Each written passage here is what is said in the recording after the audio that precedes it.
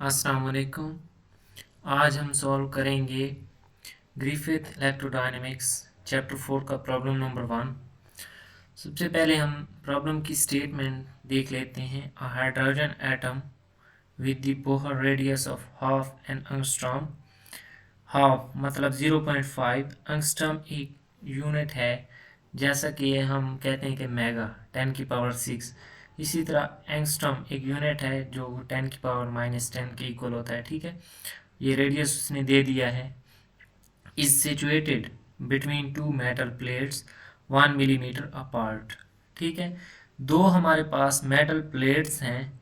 ठीक है, उनका फासला कितना है? 1 मिलीमीटर अपार्ट। उसके दरमियान में क्या रखा गया है? हाइड्रोजन एटम को। ठीक है, ये मैं शो करा देता हूँ। ये देखें, ये एक प्लेट ये है हमारे पास, एक प्लेट ये है। ये दो प्लेट्स हैं, उनके दरमियान ये एक हाइड्रोजन एटम। ठीक है, ये गोल नहीं बना मुझसे, लेकिन ये गोल, ठीक है, एक हाइड्रोजन एटम है। तो ये हाइड्रोजन एटम को रखा गया है। ठीक है, आगे which are connected to opposite terminals of a 500 volt battery. ठीक है, जिनको बैटरी के साथ, ये देखें एक बैटरी मैंने कनेक्ट की है, बैटरी के साथ कनेक्ट किया गया है। दोनों प्लेट्स पे अपोजिट चार्ज है। ठीक है, एक पे पॉजिटिव और दूसरी पे नेगेटिव। ठीक है, ये पॉजिटिव बिग लेग शो करती है और छोटी लेग जो है बैटरी की वो नेगेटिव को शो करती है। ठीक है, which what fraction of atomic radius does the separation distance d amount to roughly। अब यहाँ से उसने एक क्वेश्चन पूछा है। ठीक है, हमने फ्रैक्शन फाइंड करनी है। ठीक है, किसकी? एटॉमिक रेडियस और सेपरेशन डिस्टेंस d की। ठीक है, सबसे पहले हमने ये कैलकुलेट करना है। तो ये कैलकुलेट करने के लिए अब हमें क्या, सबसे पहले ये देखें d/r। ठीक है, ये रेशो हमने फाइंड करनी है। प्रॉब्लम में हमसे ये पूछी गई है। ये रेशो फाइंड आउट करने के लिए सबसे पहले हमें d फाइंड करना पड़ेगा। ठीक है, d हमारे पास क्या है? ठीक है, वो d फाइंड करना पड़ेगा फॉर हाइड्रोजन एटम। ठीक है, और उसके लिए हमें इलेक्ट्रिक फील्ड पहले फाइंड करना पड़ेगा। ठीक है, प्रॉब्लम की स्टेटमेंट को पूरा कर लेते हैं। Then estimate the voltage you would need with this apparatus to ionize the atom. ठीक है, एटम को आयोनाइज करने के लिए हमने एस्टिमेट करना है, वैल्यू फाइंड करनी है किस चीज़ की? डी की। ठीक है, use the value of alpha in table 4.1। ठीक है, एक चीज़ जो है अल्फ़ा, हमें वो टेबल 4.1 में से हमने ले लेना है। Moral, the displacements are we are talking about are minute. ठीक है, माइन्यूट मतलब छोटे हैं। Even an on an atomic scale, atomic scale से भी देखें तो भी वो छोटे हैं। ठीक है, ये प्रॉब्लम की स्टेटमेंट थी। अब इसको समझ लेते हैं। ये एक हाइड्रोजन एटम है, टू मेटल प्लेट्स के दरमियान रखा गया है और उसको क्या है? अपोजिट पोटेंशियल दिया गया है और ये मेटल प्लेट्स 1 मिलीमीटर अपार्ट हैं। सबसे पहले हमने डी फाइंड करना है। डी फाइंड करने के लिए हमें डाइपोल, ठीक है, जब ये हमारे पास बैटरी लगाई गई है, ठीक है, तो यहाँ पे क्या है? इलेक्ट्रिक फील्ड प्रोड्यूस होगा, इलेक्ट्रिक फील्ड।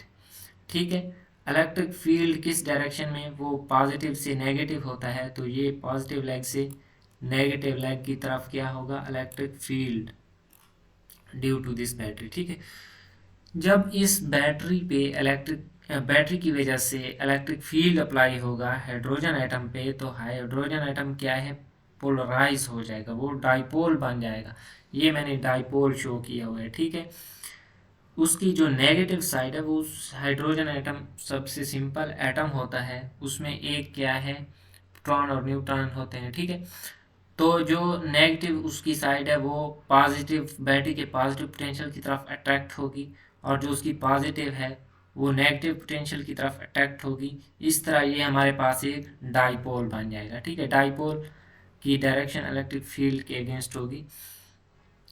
अब यहाँ से हमें डाइपोल का कंसेप्ट मिल गया। ठीक है, अब हम इस डाइपोल को मूवमेंट को यूज़ करते हुए डी तक पहुँचेंगे। ठीक है, डाइपोल के हमें दो फार्मूलाज पते हैं। ठीक है, एक है P is equal to alpha E. ठीक है, अल्फ़ा भी हमें गिवन है। और दूसरा हम dipole moment P is equal to q d वाले फार्मूला से फाइंड करते हैं। ठीक है, यहाँ से जब पहले इस इक्वेशन का मैग्नीट्यूड लिखेंगे तो वो हमारे पास सिंपली अल्फ़ा ई आ जाएगा। ठीक है, इन दो को हमने इक्वल करना है और ये जो क्यू हमारे पास है इसको हम ई भी लिख सकते हैं। ठीक है, ई डी। ठीक है, ये डी, ई और डी लिखा गया। ठीक है, यहाँ से ये इक्वेशन 1 होगी। ठीक है, और इसको मैं इक्वेशन 2 कह देता हूँ। इक्वेशन 1 और 2 को कंपेयर करके हमने यहाँ से डी की वैल्यू फाइंड कर लेनी है और उसमें भी हमें ई अननोन है। ठीक है, ई को फाइंड करने के लिए हम फार्मूला यूज़ करते हैं E V is equal to E d. ठीक है, ये फार्मूला हमने पहले ही ऑलरेडी पढ़ा हुआ है। और यहाँ पे डी हमारे पास क्या है, ये है 1 मिलीमीटर, जो इसको मैंने एक्स का नेम दे दिया। ठीक है, ये अब प्रॉब्लम की तरफ आते हैं जहाँ पे मैंने लिखा हुआ है। ठीक है, सबसे पहले मैंने V is equal to E d वाले फार्मूला से यहाँ से ई कैलकुलेट कर लेते हैं। v is equal to E d था तो यहाँ से e is equal to V over x, यानी डी आई एक्स है। ठीक है, 500 वोल्ट बटा 10⁻³ ये x की जो पार्ट था, सेपरेशन थी प्लेट्स के दरमियान, वो है। यहाँ से e हमारे पास कितना आ जाएगा, 5 ज़रब 10⁵ वोल्ट पर मीटर। ठीक है, अब हमें टेबल से दूसरी चीज़ अल्फ़ा भी क्या है, नोन है। ठीक है, टेबल 4.1 को देखना है। अल्फ़ा ओवर 4π∈0 की वैल्यू, इस होल टर्म की वैल्यू टेबल 4.1 में दी गई है, वो है 0.67 और साथ में बताया गया है कि वो 10⁻³ मीटर क्यूब के साथ मल्टीप्लाई हो रही है। ठीक है, यहाँ से अल्फ़ा हम फाइंड कर लेंगे। 4π∈0 को क्या है, दूसरी साइड पे हमने मल्टीप्लाई करवा देना है। तो ये सिंपली मैंने इधर मल्टीप्लाई करवा दिया। इसका यूनिट क्या है, मीटर क्यूब है। अब पाई 3.14 है। ε0 की वैल्यू हम जानते हैं कि वो 8.85 ज़रब 10⁻⁻12 कूलम स्क्वायर पर न्यूटन मीटर स्क्वायर के इक्वल होती है। ठीक है, यहाँ से अल्फ़ा की वैल्यू हमने निकाल लेनी है। जो यूनिट कैंसिल होते हैं उन यूनिट्स को भी कैंसिल कर देना है। वो आ जाएगी 7.34 ज़रब 10⁻⁻41 coulomb square metre over newton. ठीक है, अब हमने अल्फ़ा भी फाइंड कर लिया, ई भी फाइंड कर लिया। तो जैसा कि मैंने बताया, पी कैलकुलेट करने के हमारे पास दो फार्मूले हैं, P is equal to alpha E and P is equal to q d. Q d को हम ई डी भी लिख सकते हैं। तो दोनों इक्वेशंस को हम क्या है, एक साइड पे पी है तो वो एलिमिनेट कर देते हैं। यहाँ से हमारे पास E D is equal to alpha E आ जाएगा। हमने फाइंड क्या करना है, डी। ठीक है, डी फाइंड करने के लिए हमने ये जो ई है इसको दूसरी साइड पे डिवाइड कर दिया। ठीक है, इसको मैंने इक्वेशन 1 का नेम दे दिया। ठीक है, इसको हम आगे अगेन भी यूज़ करेंगे। अब हमें अल्फ़ा भी नोन है, ई की वैल्यू भी पता है और इस ई की वैल्यू, ठीक है, ये क्यू, ये फिक्स वैल्यू होती है चार्ज के लिए 1.6 ज़रब 10⁻⁻19 कूलम। ठीक है, ये वैल्यूज़ हमने पुट कर देनी है और यहाँ से कैलकुलेटर से इसका सीधा आंसर आ जाएगा। ठीक है, जो कि आता है 2.29 ज़रब 10⁻⁻16 मीटर। डी का यूनिट मीटर होता है, यहाँ से भी हम यूनिट निकाल सकते हैं। ठीक है, ये वोल्ट पर मीटर वो न्यूटन पर कूलम के इक्वल होता है। जब यहाँ पे न्यूटन पर कूलम और इस टर्म का यूनिट ये मैंने लिखा हुआ है, इनको मल्टीप्लाई करेंगे ज़रब 1 ओवर कूलम, ये वाला कूलम। ठीक है, तो यहाँ से सिर्फ मीटर ही बचेगा। तो डी हमने क्या है, फाइंड कर लिया। लेकिन हमने क्या फाइंड करना था, हमने रेशियो फाइंड करनी थी डी ओवर आर। आर उसने क्वेश्चन में ही दे दिया था, हाफ एंगस्ट्रॉम। ठीक है, एंगस्ट्रॉम का मैंने बताया 10⁻⁻10 के इक्वल होता है, तो ये हाफ 0.5 होता है। ये फॉर हाइड्रोजन एटम है। ठीक है, बोहर रेडियस इसको, ठीक है, वो बोहर रेडियस है।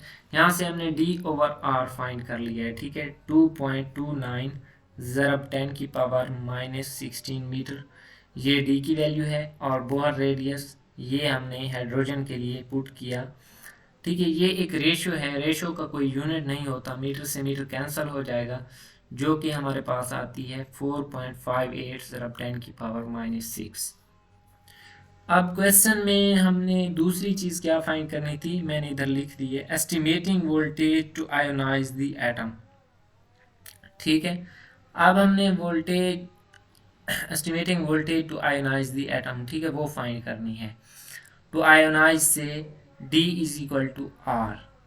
कब हमारे पास आयोनाइज होगा एटम, जब D हमारे पास किस चीज़ के, यहाँ से ये डिस्टेंस D हमारे पास क्या है चीज़ के, R के इक्वल होगा, तो हमारे पास क्या है, एटम आयोनाइज हो जाएगा। ठीक है, तो हम क्या है लिख सकते हैं, R D की जगह क्या है, D का हमें इक्वेशन 1 से, ठीक है, इक्वेशन 1 मैंने बताया था कि हम अगेन यूज़ करेंगे। इक्वेशन 1 में D था, D की जगह हमने R लिख देना है, तो R is equal to alpha E over E आ जाएगा। ठीक है, यहाँ से R इज इक्वल टू, इस स्टेप में देखें मैंने क्या किया है, E की वैल्यू हमने क्या फाइंड करी थी, E की वैल्यू V ओवर X वो पुट कर दी है।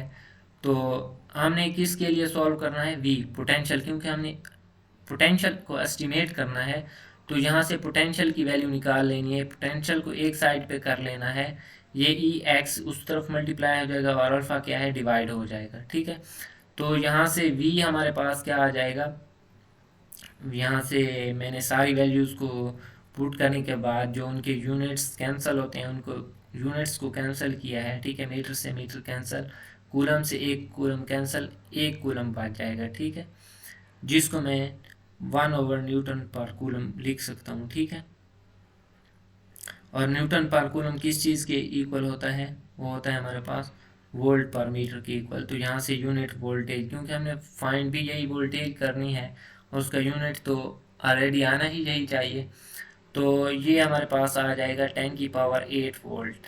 ठीक है, अब नेक्स्ट वीडियो में हम इंशाल्लाह नेक्स्ट प्रॉब्लम को सॉल्व करेंगे।